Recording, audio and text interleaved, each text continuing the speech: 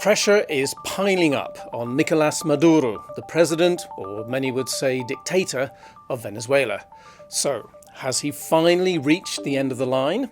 Well, one sign to support this is that the often divided and fractious opposition appears to have unified around Juan Guaidó. The 35-year-old congressman was elected in December as president of the National Assembly and declared himself interim president of Venezuela on January 23rd. His justification for that may be questionable, but what matters is that the US immediately recognised him, along with Canada, Brazil, Colombia and a score of others. On top of that, the US has put sanctions on PDVSA, Venezuela's state oil company, effectively ending US imports of Venezuelan oil. This is a huge blow to Maduro. More than half of Venezuelan oil is sold to the US, and it is almost the only oil that Venezuela sells for cash.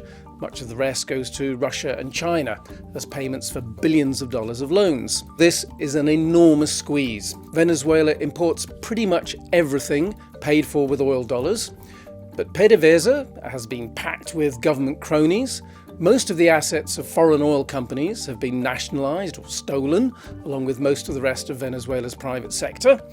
And oil production is less than a third of what it was when the Bolivarian Revolution began in 1999.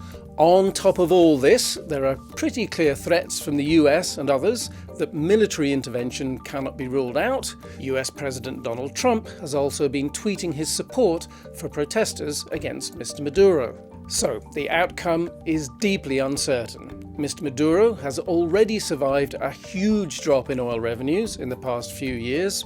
Venezuelan oil can still be exported through third parties, so although revenues will fall, they won't stop altogether. The key factor now is the military. Some of them may be fed up with Mr. Maduro, but they are unlikely to have much time for Mr. Guaidó, who they see as a radical. So, while many in the opposition would like a clean break, others favour a more moderate transition, similar to what happened after the Pinochet regime in Chile. The trouble is that, unlike Chile, Venezuela is in a humanitarian crisis that looks likely to get much worse, and there's no guarantee that cool heads will prevail.